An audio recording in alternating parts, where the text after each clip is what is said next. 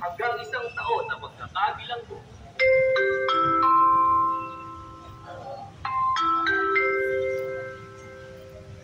Pabalik, mahalagang paalala. Mangyaring iwasan ang pagkakalat at paninigarilyo sa ating Capitol Mini Board.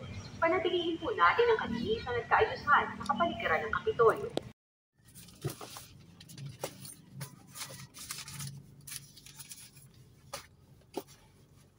Magandang umaga. May lakad tayo ngayon. Pupunta tayo ng Malolos, Bulacan. May asikasuhin tayo doon.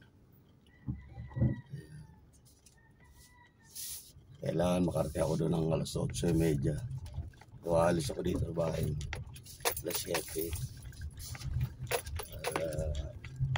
May allowance pa ako. Medyo ma-traffic din kasi ngayon dahil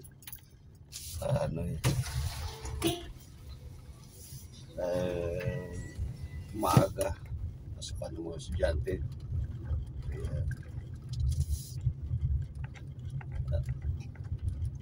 Kung ma-traffic mo tayo, meron tayo 1 oras kalahati para sa biyahe.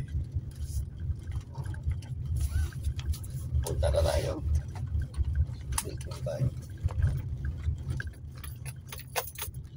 Wala pala dito sa amin, lalabas pa ng Inlex. So, ibiyahe mo na ng 20 minutes bago tayo makarating doon sa Inlex Marilao. So, mula sa Inlex Marilao, siguro kung walang traffic sa Inlex, hanggang Malolos na sa mga 20 minutes o 30 minutes na sa Malolos City na tayo. Dito sa may Bulacan. Kaya allowance pa tayo sa biyahe natin. Ano muna.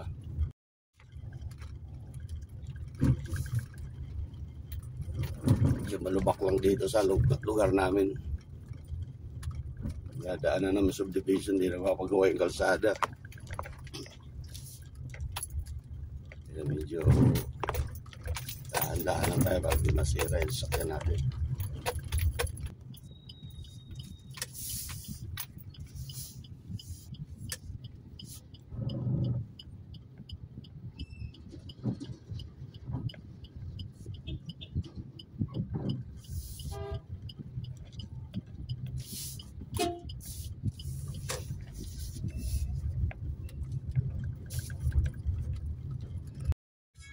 Medyo traffic lang tayo dito sa malapit sa may Inlex.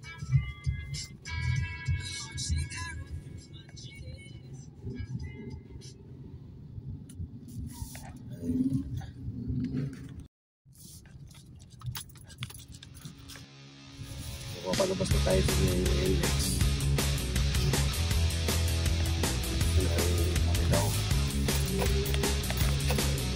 Traffic lang tayo sa looban. Kanina tapos may nagsabasan na siya.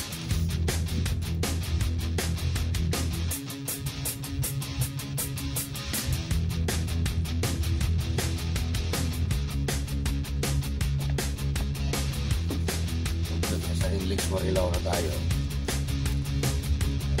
Babasa na tayo.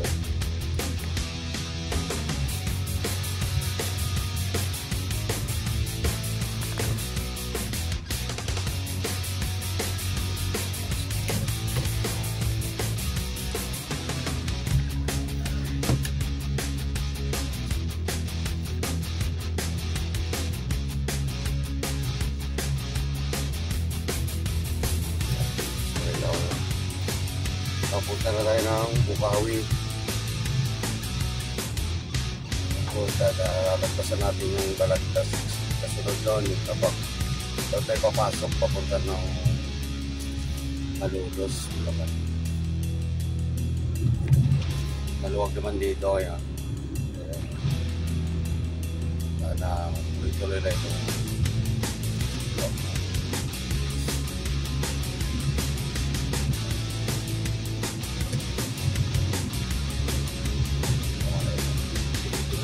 Dadaanan din natin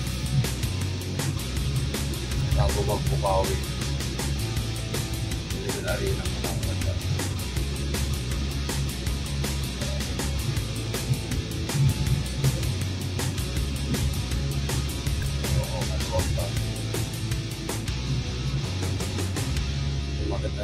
sa may papuntang norte, maluwag yung kalsada. Hihira rin na traffic dito. Hira lang kung magkaroon ng mga accident na traffic. Pero pagka wala,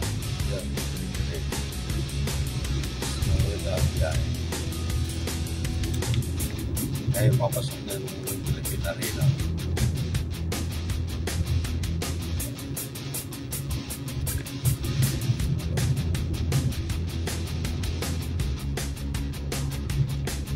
Dito nga tayo sa may Bukawin.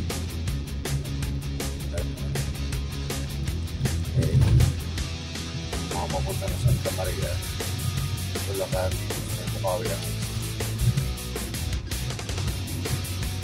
tayo, diretso na tayo. Kaya pa ako tayo pagkakaan natin. Kapaluwag lang talaga.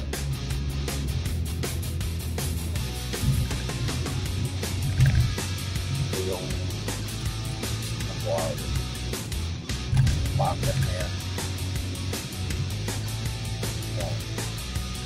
Yung packet na yan. Nakuha din. Nandun sa mga malubat na yan.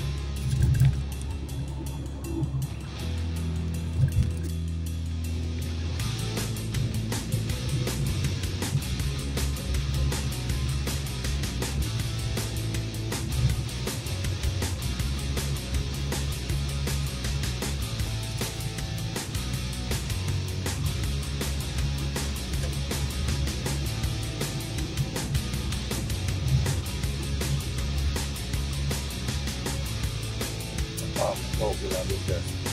Diyan tayo papasok papunta ng Malolos. Kaya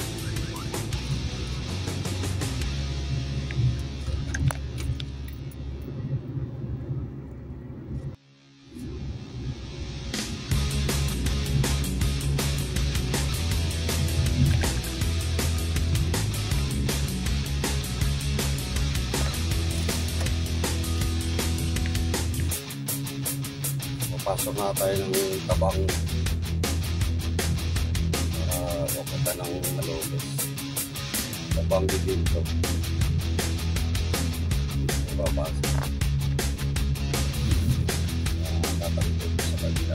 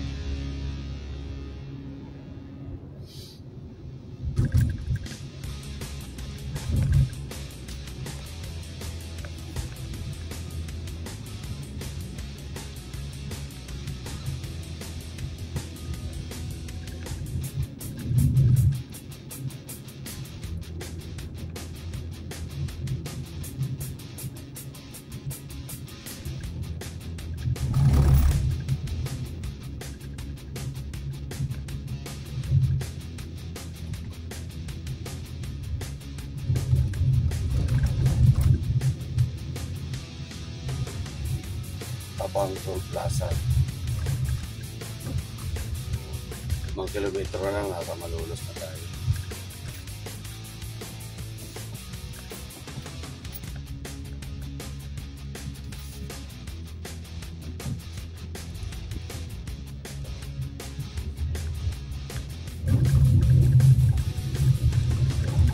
Bagay halaman sa ng kanan, no? Tapos may ano ito, bibinto. Yung mga tindahan ng mga halaman dito sa yung nakapaligid dito sa tabi ng kalsada. Kabilaan yung tindahan ng mga halaman. Yung mga garden, dito lang kayo mabili. Mura ang mga halaman dito. Hindi nga alam, bibiyahe pa kayo. Pero sulit naman. Ito na yan sa may giginto. Lakan.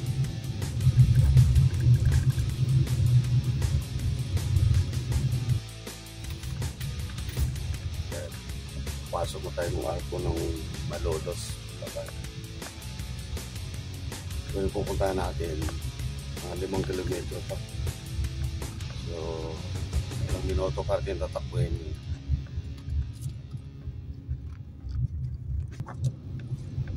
Lapat na rin ang kalsada dito. Ganda na rin.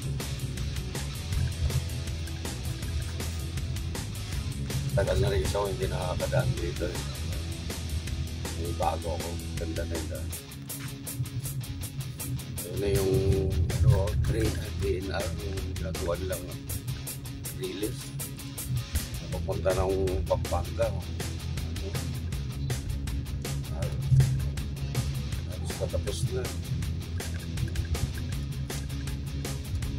Yung kaliwa, ayan yung DNR.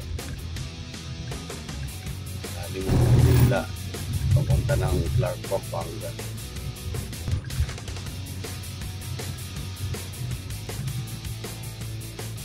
Medyo na traffic lang dito. Nasa Malolos na tayo. Ilang kilometro pa yung pupunta natin.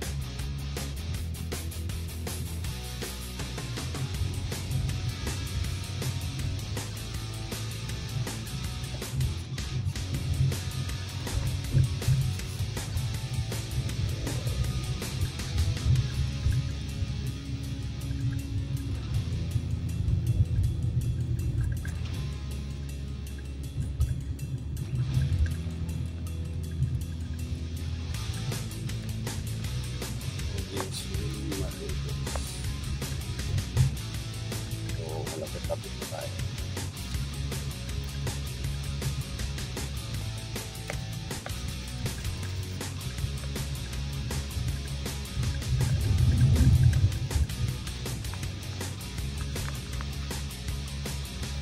Tapos may aksidente pa. Kakasagian mga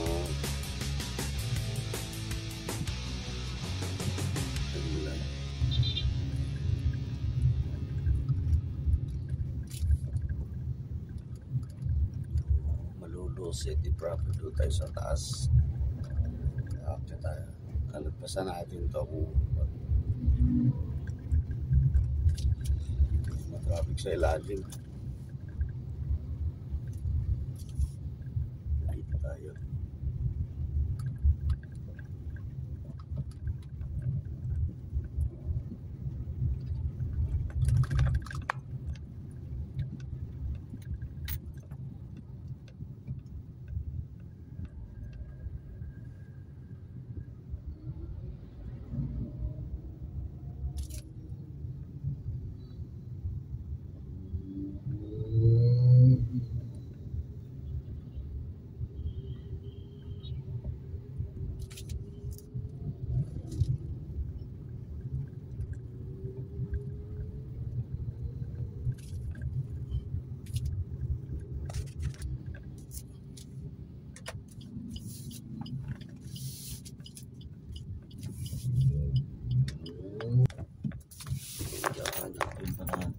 Sa anong parking dito.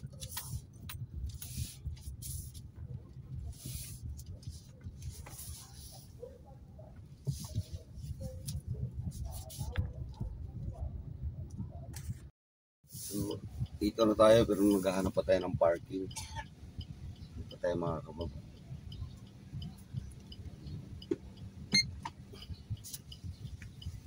natin ilalabas. Kapart na tayo. Sinabi mo mga gamit.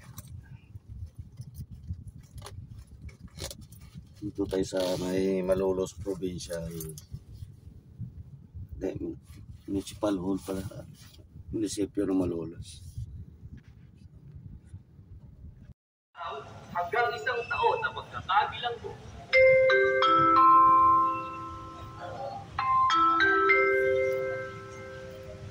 Pabalik, mahalagang paalala. Mangyaring iwasan ang pagkakalat at paninigarilyo sa ating Capitol Mini Fort. Panatilihin po natin ang kalinisan at kaayusan sa kapaligiran ng Kapitolyo.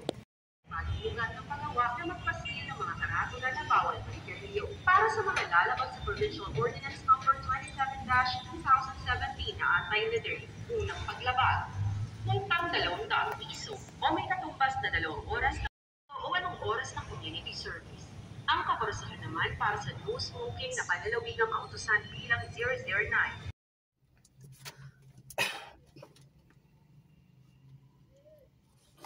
Ito nga pala tayo ngayon sa Malolos Regional Trial Court mga boss.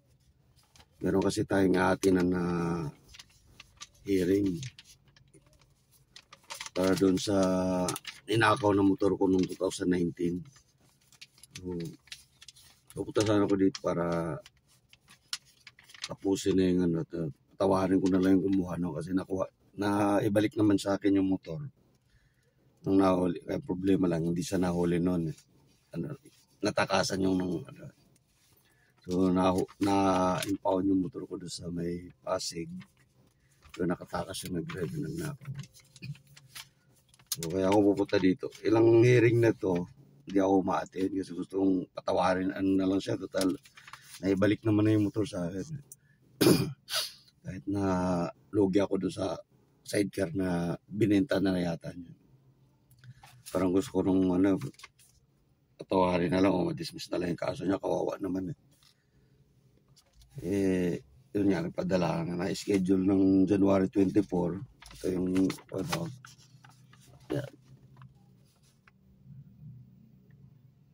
yan yung nagnakaw. Ang problema, na-receipt yung hearing. Wala daw yung judge. Kaya nireceipt nila ng April 17. Ayan.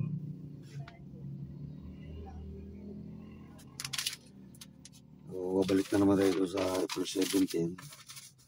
Pero parang gusto ko nang hindi na umatin. Kaya lang, matapos na rin sa kabayaan na lang yung nakaw. Nakakulong na rin naman siya.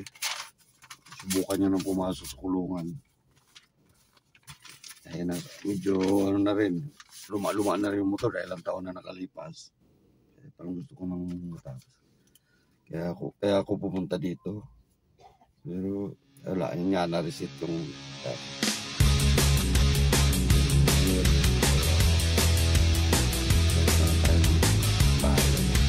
tapos ang tanaw ngayon para makasip na.